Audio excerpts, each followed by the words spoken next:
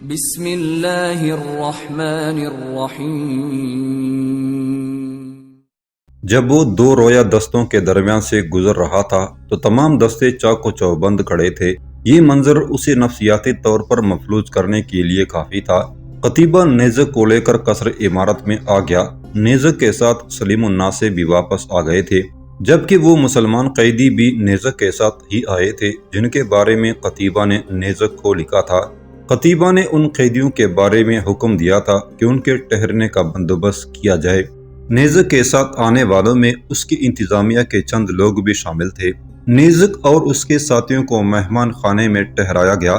شام کو قتیبہ اور نیزک کے درمیان ملاقات ہوئی۔ نیزک 87 ہجری کے درمیان مرو آیا تھا اور اس کے اور قتیبہ کے درمیان ملاقات ہوئی تھی۔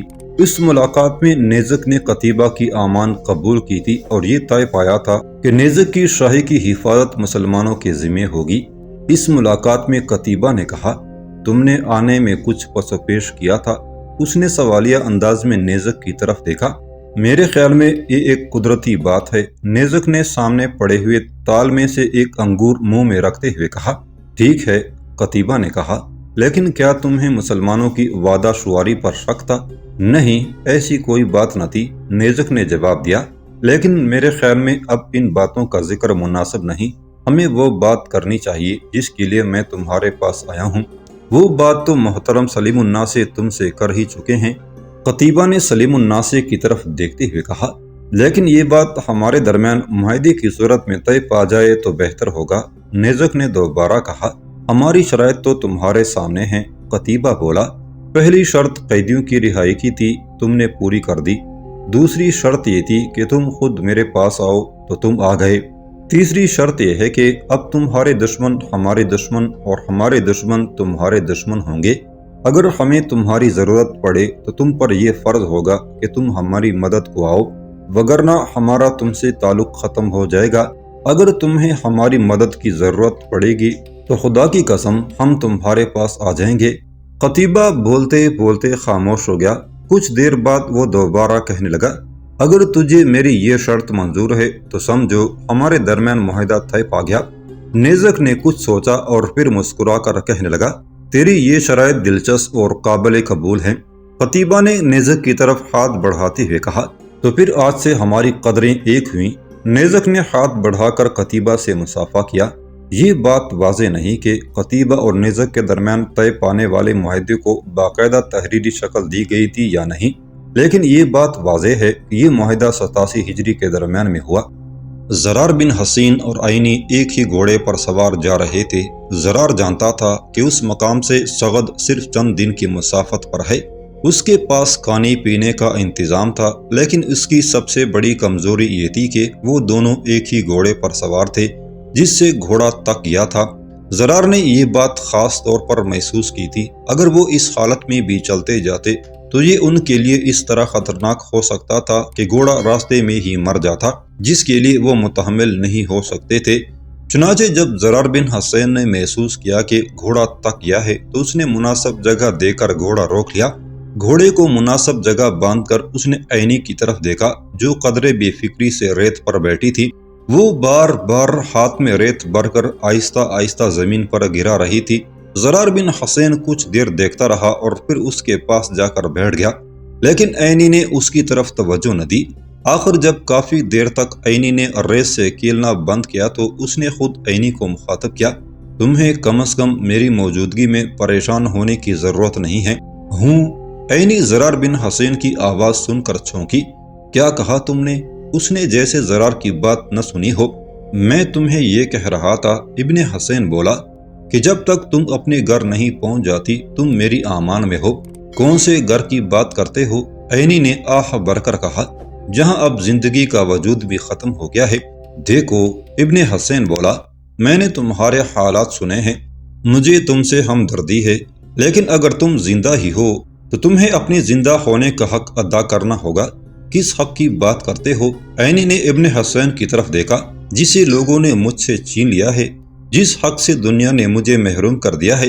یہ سب حادثات زندگی میں ہوتے رہتے ہیں۔ ابن حسین نے عینی کو سمجھاتے ہوئے کہا، اگر زندگی ان حادثات سے پر نہ ہو تو زندگی کا لطف ختم ہو جاتا ہے۔ اگر انسان کی زندگی میں کوئی حادثہ رونما ہو تو اس کا مطلب یہ نہیں کہ انسان ہمت ہار دے، نہیں، بلکہ اسے چاہیے کہ وہ اپنا چھینا ہوا حق واپس لے، اور ایسا کرنا باہمت لوگوں کی جنت ہے۔ لیکن میں کس کے لیے اپنا حق واپس لوں؟ عینی کہنے لگی، کسی کے لیے نہیں، بلکہ صرف اپنے لیے، تاکہ تم اپنے آپ پر چھانے والے مایوسی کے سایوں سے نجات حاصل کر سکو۔ لیکن میں اپنے لیے بھی کیوں یہ حق واپس لوں؟ میں ان کو حاصل کر کے اب کیا کروں گی؟ عینی بدستور اپنی بات دہرائی جا رہی تھی۔ اگر تم اپنے لیے یہ حق حاصل نہیں کرنا چاہتی، ابن حسین نے کہا، تو اس شخص کے لیے یہ حق حاصل کرو جو زخمی حالت میں بھی تمہاری راہ دیکھ رہا ہوگا۔ اسے خوش رکھنے کے لیے یہ حق حاصل کرو۔ کیا پتا، عینی سسکنے لگی، وہ زندہ بھی ہے یا نہیں؟ لیکن تم نے جو حالات سنائے ہیں اس سے تو یہی بات سامنے آتی ہے کہ وہ بچ گیا ہوگا۔ ابن حسین نے عینی کو کہا۔ شاید، عینی نے جواب دیا اور آسمان کی طرف دیکھنے لگی۔ وہ کافی دیر تک باتیں کرتے رہے۔ جب ابن حسین نے کہا کہ اب انہیں چلنا چاہیے، چنانچہ دونوں ایک بار پھر گھوڑے پر سوار ہوئے اور سغد کی طرف روانہ ہو گئے۔ دور افق پر سورج اپنا چہرہ نمودار کر رہا تھا۔ سورج کے سامنے سے دونوں گزرتے ہوئے ایک دلکش منظر پیش کر رہے تھے۔ دوپہر تک دونوں چلتے رہے اور جب سورج سر پر آ گیا تو ابن حسین نے ایک اونٹ تلاش کر کے گھوڑا روک دیا۔ یہ اونٹ دراصل ایک جھکی ہوئی چٹان تھی، اور ایسی چٹانیں عموماً صحرا میں نظر آ جاتی ہیں۔ گھوڑے سے اترنے کے بعد دونوں نے کھانا کھایا۔ کھانا کھا کر عینی فوراً ہی سو گئی، کیونکہ وہ رات بھر سے جاگ رہی تھی۔ لیکن ابن حسین کو نیند نہیں آ رہی تھی۔ اس نے گھوڑے کو چارہ ڈالا اور بیٹھ گیا۔ جب عینی کو اغوا کیا گیا تھا اس وقت اس کے ساتھ اس کا ہونے والا شوہر بھی تھا۔ ڈاکو اس کے ہونے والے شوہر کو شدید زخمی کر کے عینی کو اغوا کر کے لے گئے تھے۔ یہ عینی کی خوش قسمتی تھی کہ راستے میں زرار بن حسین اور اس کے ساتھیوں نے اسے ڈاکو سے بچا لیا۔ یہ محض اتفاق تھا کہ ڈاکو نے جس جگہ پڑاؤ کیا تھا، زرار بن حسین اور اس کے ساتھیوں نے بھی تقریباً اسی جگہ پڑاؤ کیا تھا۔ عینی ڈاکو سے تو بچ گئی تھی، لیکن جب زرار بن حسین اور عینی سغد پہنچے تو عینی کا ہونے والا شوہر مر چکا تھا۔ یہ خبر سن کر عینی پر سختہ سا طاری ہو گیا۔ اس کی حالت قابل رحم تھی۔ زرار بن حسین عینی کو اکیلا چھوڑ کر واپس نہیں آنا چاہتا تھا، کیونکہ اسے معلوم ہو چکا تھا کہ اب عینی کا اس دنیا میں کوئی نہیں رہا۔ لیکن اس کے فرائض کچھ ایسے تھے کہ وہ سغد میں رک نہیں سکتا تھا۔ وہ اسی دوپہر کو واپس مرو چل پڑا۔ ابھی وہ سغد کے قلعے کے دروازے پر ہی پہنچا تھا کہ اسے کسی نے آواز دی۔ یہ آواز عینی کی تھی۔ زرار بن حسین نے مڑ کر دیکھا، عینی ایک گھوڑے پر سوار چلی آ رہی تھی۔ زرار بن حسین کو اس پر ترس آ رہا تھا۔ تم مجھے اپنے ساتھ لے جاؤ گے؟ عینی نے زرار بن حسین سے کہا۔ ایسے محسوس ہو رہا تھا جیسے وہ خواب کی حالت میں بول رہی ہو، میرا اب اس دنیا میں کوئی نہیں رہا، کیا تم مجھے پناہ دے سکتے ہو؟ مجھے تمہاری ذات میں بلائی نظر آ رہی ہے، تم میرے ساتھ جانا چاہتی ہو؟ زرار بن حسین نے سوال کیا۔ ہاں، عینی نے مختصر سا جواب دیا۔ یہ سن کر زرار بن حسین عینی کو لے کر اس کے گھر آ گیا۔ عینی نے اپنا ضروری سامان ساتھ لیا اور دونوں مرو روانہ ہو گئے۔ مرو پہنچ کر زرار بن حسین نے عینی کو اپنے گھر چھوڑا، جہاں اس کے گھر کی خواتین عینی کی دیکھ بھال کے لیے موجود تھیں، اور وہ خود قتیبہ بن مسلم سے ملنے چلا گیا۔ جب ابن حسین مرو پہنچا تو نیزک جا چکا تھا۔ اس کے علاوہ قتیبہ بن مسلم نے اپنے بھائی صالح بن مسلم کو ترمذ کا عامل مقرر کر دیا تھا، اور وہ بھی ترمذ جا چکا تھا۔ نیزک کے جانے کے بعد قتیبہ کے معمولات میں خاصی تبدیلی آ گئی تھی۔ اس کی حرکات سے بے چینی ٹپکنے لگی تھی۔ اس کے قریبی لوگ اس کی اس عادت سے واقف تھے اور سب جان چکے تھے کہ قتیبہ پھر کسی علاقے پر فوج کشی کا ارادہ رکھتا ہے۔ اگرچہ قتیبہ نے ابھی ایسا کوئی خاص ارادہ ظاہر نہیں کیا تھا، لیکن اس کی بے چینی ہی اس کے ارادوں کا ثبوت تھی۔ اب وہ معمول کے خلاف اپنا زیادہ وقت اپنے مخصوص کمرے میں گزارنے لگا تھا۔ کمرے کے درمیان ایک بڑی میز رکھی تھی جس میں کچھ نقشے بکھرے پڑے تھے۔ اسی طرح کچھ نقشے کمرے کی دیواروں پر بھی لٹک رہے تھے۔ قتیبہ جب اس کمرے میں آتا تو اس کا زیادہ وقت ان نقشوں پر جھکے ہی گزر جاتا تھا۔ وہ کسی علاقے پر حملہ کے لیے مناسب منصوبہ بندی کرنے میں مصروف تھا۔ جب اس کے ذہن میں کوئی خاص منصوبہ پوری طرح ابھر آتا تو ان نقشوں پر وہ کچھ مقامات پر نشان لگا دیتا اور پھر ان نشانوں کو ایک لائن سے ملا دیتا تھا، گویا وہ حملے کے لیے راستہ منتخب کر رہا تھا۔ ایک دن وہ اسی طرح نقشوں پر جھکا ہوا تھا جب وہ ایک دم چونک کر اٹھا۔ اس کے ذہن میں کوئی خیال آیا تھا، کوئی خاص بات، اور اس نے ابھی تک اس کی طرف توجہ ہی نہ دی تھی۔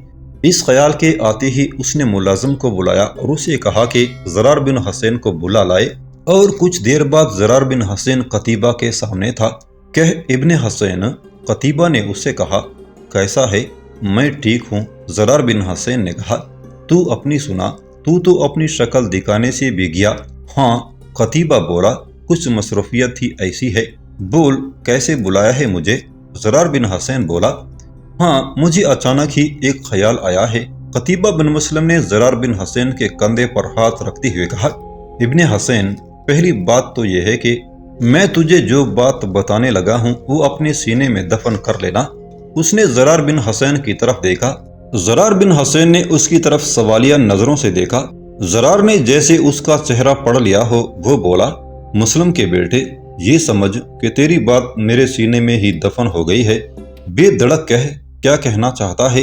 ابن حسین، قتیبہ نے زرار بن حسین کو مخاطب کیا، تو جانتا ہے کہ میں کیا مقصد لے کر مرو آیا ہوں؟ اس نے پھر زرار کی طرف دیکھا۔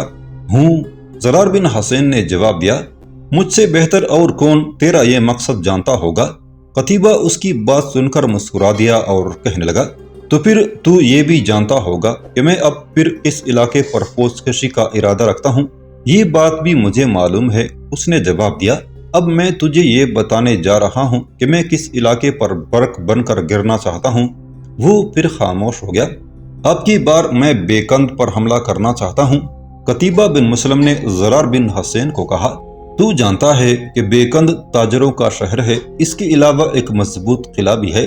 اگر ہم بیکند فتح کر لیتے ہیں تو ہماری پیش قدمی کے لیے آگے راستہ صاف ہو جائے گا۔ اس کے علاوہ ایک مضبوط فوجی اڈا ہمارے قبضے میں آ جائے گا۔ وہ کہتا رہا اور زرار بن حسین سنتا رہا۔ زرار بن حسین کسی حد تک بیکند کے قلعے سے واقف تھا، جو کہ اس زمانے میں ناقابل تسخیر سمجھا جاتا تھا، اسی لیے وہ قتیبہ کے ارادوں پر حیران ہو رہا تھا۔ ابن مسلم، زرار بن حسین نے اس کی بات ختم ہونے پر کہا، شاید تو نہیں جانتا ہے کہ بیکند کس قدر ناقابل تسخیر ہے۔ میرے خیال میں ابھی اس کا ارادہ دل سے نکال دے۔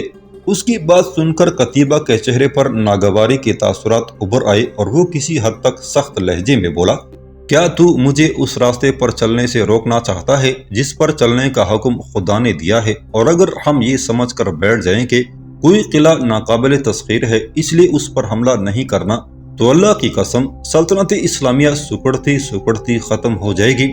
وہ یہاں تک کہہ کر خاموش ہو گیا۔ اس کی سانس قدرے تیز چل رہی تھی جو اس کے غصے کو ظاہر کر رہی تھی۔ اور ابن حسین، وہ کچھ دیر بعد پھر بولا، قسم ہے اس کی جس نے مجھے جان دی ہے، اگر تو بنی اسرائیل کی طرح یہ جواب دے گا کہ تو اور تیرا خدا جا کر لڑے تو میں تیرا سر قلم کر دوں گا، اور اگر تو بھی میرے ساتھ نہ جائے تو اکیلا ہی اس قلعے پر ٹوٹ پڑوں گا۔ زرار بن حسین نے اس کا غصہ بانپ لیا تھا۔ وہ دوبارہ کہنے لگا، مسلم کے بیٹے، میرا مطلب یہ نہیں تھا، اور میں تجھے یہ بھی یقین دلاتا ہوں کہ وقت پڑنے پر تو مجھے بزدلی کا طعنہ نہیں دے سکے گا۔ میرا مقصد تو صرف اتنا تھا کہ تجھے آنکھیں بند کر کے چلنے سے منع کروں اور آنے والے خطرات سے تجھے آگاہ کرتا رہوں۔ میں ان خطرات سے بے خبر نہیں ہوں، قتیبہ بن مسلم نے کہا، لیکن میں سمجھتا ہوں کہ ابھی بہت کچھ میری نگاہوں سے پوشیدہ ہے۔ میں نے تجھے اسی لیے بلایا ہے کہ کوئی ایسا آدمی بیکند کی طرف روانہ کر جو وہ سب کچھ کھوج کر مجھے بتا سکے جو میں جاننا چاہتا ہوں۔ تو کوئی جاسوس بیکند بھیجنا چاہتا ہے؟ زرار بن حسین نے پوچھا۔ ہاں، قتیبہ بولا، لیکن وہ کوئی ایسا آدمی ہو جو ذہین اور عیار ہو۔ ہاں، ایسا ایک آدمی ہے میری نظر میں، زرار بن حسین بولا، نو مسلم ہے۔ کیا نام ہے اس کا؟ قتیبہ نے پوچھا۔ تندر نام ہے، زرار بولا، لیکن تندر اجمی کے نام سے مشہور ہے۔ اچھا، اسے بلا لاؤ، قتیبہ نے کہا، اور زرار بن حسین کمرے سے نکل گیا۔ کچھ دیر بعد زرار بن حسین دوبارہ کمرے میں داخل ہوا تو اس کے ساتھ ایک شخص اور بھی تھا۔ شکل و صورت سے وہ عربی ہرگز نہیں لگتا تھا۔ زرار بن حسین نے اس کا تعارف کراتے ہوئے کہا، یہ تندر ہے، تندر اجمی۔ قتیبہ نے اس سے مصافحہ کے لیے ہاتھ آگے بڑھا دیا، ساتھ ہی وہ بولا، تندر، سنا ہے تم نو مسلم ہو؟ ہاں، مسلم کے بیٹے، تندر نے عربی انداز میں کہا، اگرچہ وہ خود عربی نہیں تھا۔ میں نو مسلم ہوں۔ ابن حسین نے مجھے بتایا ہے کہ تو ذہین بھی ہے، اسی لیے میں نے تجھے بلایا ہے۔ مجھے تجھ سے ایک اہم بات کرنی ہے۔ قتیبہ بن مسلم کہتا چلا گیا، بول میرے امیر۔ تندر نے اسے مخاطب کیا، ایسی کیا خاص بات ہے جو تو مجھ سے کرنا چاہتا ہے؟ میں تجھے ایک اہم کام سونپنا چاہتا ہوں۔ قتیبہ بن مسلم بولا، لیکن اس کے لیے تجھے رازداری سے کام لینا ہوگا۔ قتیبہ کی بات سن کر تندر نے یوں سر ہلا دیا جیسے وہ اس کی بات سمجھ گیا ہو۔ سن لے، قتیبہ بولتا گیا، میں تجھے بیکند بھیجنا چاہتا ہوں۔ قتیبہ کے خاموش ہوتے ہی تندر نے سوال کیا، کس مقصد کے لیے؟ تو وہاں جاسوس بن کر جائے گا؟ میرا ارادہ بیکند پر حملے کا ہے۔ بیکند فوجی لحاظ سے بہت اہم شہر ہے، اس کے علاوہ تجارت کا مرکز بھی ہے۔ اگر ہمارے ہاتھ آ جائے تو گویا سونے کی چڑیا ہمارے ہاتھ آ جاتی ہے۔ اس کے علاوہ ہم آگے پیش قدمی کے قابل ہو جاتے ہیں، لیکن جہاں ہمارے سامنے یہ فوائد ہیں وہاں خطرات بھی ہمارے منتظر ہیں۔ میں ان خطرات سے آگاہ ہوں، لیکن ایک بار تیری آنکھوں سے انہیں دیکھنا چاہتا ہوں۔ یہ کہہ کر وہ رک گیا۔ میں سمجھ گیا امیر۔ تندر بولا، یہ سمجھ لے کہ اب تو خود بیکند کی گلیوں میں گھوم رہا ہوگا۔ خدا کی قسم تو یہاں بیٹھ کر میری آنکھوں سے دیکھ سکے گا۔ میرے خیال میں سعد بن ابی قیس کو ساتھ لے جانا۔ قتیبہ کہنے لگا، لیکن اسے رازداری کی نصیحت ضرور کرنا۔ اور مزید کچھ ہدایت دینے کے بعد قتیبہ نے اسے رخصت کر دیا۔ قتیبہ نے اسے یہ خاص طور پر کہا تھا کہ اس تمام گفتگو کو راز میں ہی رہنا چاہیے۔ اور پھر دوسرے دن تندر بیکند کی طرف روانہ ہو گیا۔ اس کے ساتھ ایک اور شخص بھی تھا، یہ سعد بن ابی قیس تھا۔ بازار میں ایک شخص شام کا تماشا دکھا رہا تھا۔ اس کے ارد گرد لوگوں کا بے پناہ ہجوم تھا۔ یہ گویا ان کے لیے ایک بہت بڑی تفریح تھی جو انہیں خال خال ہی نصیب ہوتی تھی۔ یہ بھی شاید ان کے لیے ایک خوش نصیب دن تھا کہ وہ اس سے لطف اندوز ہو سکتے تھے۔ پہلے اس شخص نے، جو حلیے سے ہی کوئی سپیرا لگتا تھا، پٹاری سے ایک سانپ نکالا۔ اس کا رنگ بالکل سیاہ تھا۔ سانپ نے باہر نکلتے ہی پن پھیلا لیا اور وہ آدمی اس سانپ کے بارے میں لوگوں کو بتانے لگا۔ اور بھائیو، وہ کہہ رہا تھا، اس کا زہر اتنا مہلک ہے کہ اگر کسی کو کاٹ لے تو اسے دوسرا سانس نصیب نہیں ہوتا۔ وہ اس کی خصوصیات بتاتا گیا۔ پھر اس نے اسے دوبارہ پٹاری میں رکھا اور چند مزید سانپ نکال کر ان کی خصوصیات بتانے لگا۔ آخر میں اس نے سانپ کے زہر کے تریاق کے لیے چند ادویات کی نمائش کی۔ کچھ لوگوں نے یہ ادویات خریدی بھی اور آخر کار وہ تمام سامان سمیٹ کر ایک طرف کو چل دیا۔ وہاں موجود ہجوم آہستہ آہستہ چھٹنے لگا اور وہ شخص شہر سے باہر نکل آیا۔ اب اس کا رخ شہر سے کچھ دور واقع بنجر ٹیلوں کی طرف تھا۔ ان ٹیلوں میں پہنچ کر اس نے منہ سے مخصوص آواز نکالی اور جواب میں اسی طرح کی ایک آواز سنائی دی۔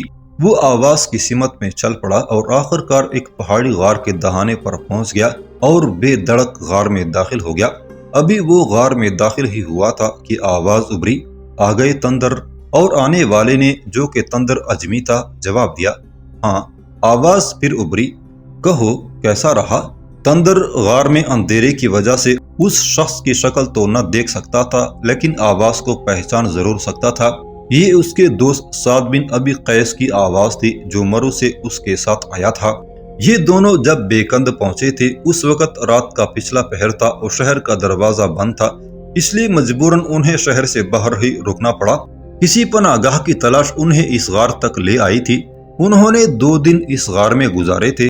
سعد بن ابی قیس چاہتا تھا کہ وہ شہر کی کسی سرائے میں ٹھہر جائیں، لیکن تندر نے اسے روک لیا۔ اسی عرصے میں تندر نے قریبی بستی کے ایک شخص سے چند سانپ اور کچھ ایسی ہی چیزیں خریدی اور پھر سپیرے کا روپ دھار کر شہر میں تماشا دکھانے چلا گیا۔ وہ دراصل یہ دیکھنا چاہتا تھا کہ شہر والوں کا رویہ کیا ہوگا۔ دوسرا، وہ شہر میں موجود جاسوسوں کی نظر میں نہیں آنا چاہتا تھا۔ بیکند بخارا کا شہر تھا۔ بخارا اس دور میں صرف شہر ہی نہیں بلکہ ایک چھوٹی سی بادشاہی کا نام بھی تھا، اور بخارا شہر ہی اس کا دارالحکومت تھا۔ بخارا کے بادشاہ کا نام دروان تھا۔ بعض مورخین ان کا نام دروان خزا بھی لکھتے ہیں۔ تاریخ میں بیکند کے حاکم کا نام نہیں ملتا، لیکن یہ بات واضح ہے کہ بیکند بخارا کے شہروں میں دریائے جیہون سے سب سے قریب تھا اور اس جگہ واقع تھا جہاں صحرا ختم ہو رہا تھا، اس لیے یہ علاقہ قدرے ریتلا لیکن چٹانی تھا۔ اب سعد بن ابی قیس اور تندر اگلا قدم اٹھانے کے لیے سوچ رہے تھے۔ تندر کا بیس خوب تھا اور اس بیس میں پہچانے جانے کے مواقع نہ ہونے کے برابر تھے۔ اسی لیے دونوں نے یہ طے کیا کہ تندر کچھ دن بعد دوبارہ بیس بدل کر شہر میں جائے گا اور اب اس جگہ شام کا تماشا کرے گا جہاں فوجیوں کی بیرکیں اور سرکاری عمارتیں تھیں۔ یہ جگہ تندر پہلے ہی دیکھ آیا تھا۔ دونوں میں یہ طے پایا کہ سعد بن ابی قیس دور رہ کر تندر کی نگرانی کرے گا اور کسی ممکنہ خطرہ سے نمٹنے کے لیے تیار رہے گا۔ دراصل ضرار بن حسین نے دونوں کو روانہ کرتے وقت یہ بات خاص طور پر کہی تھی کہ انہیں بیکان میں ضرورت سے زیادہ ہوشیار رہنا پڑے گا، کیونکہ بخارا کا جاسوسی نظام خاصا چست اور تیز تھا۔ اسی بات کو ذہن میں رکھتے ہوئے دونوں احتیاط سے قدم اٹھانا چاہتے تھے۔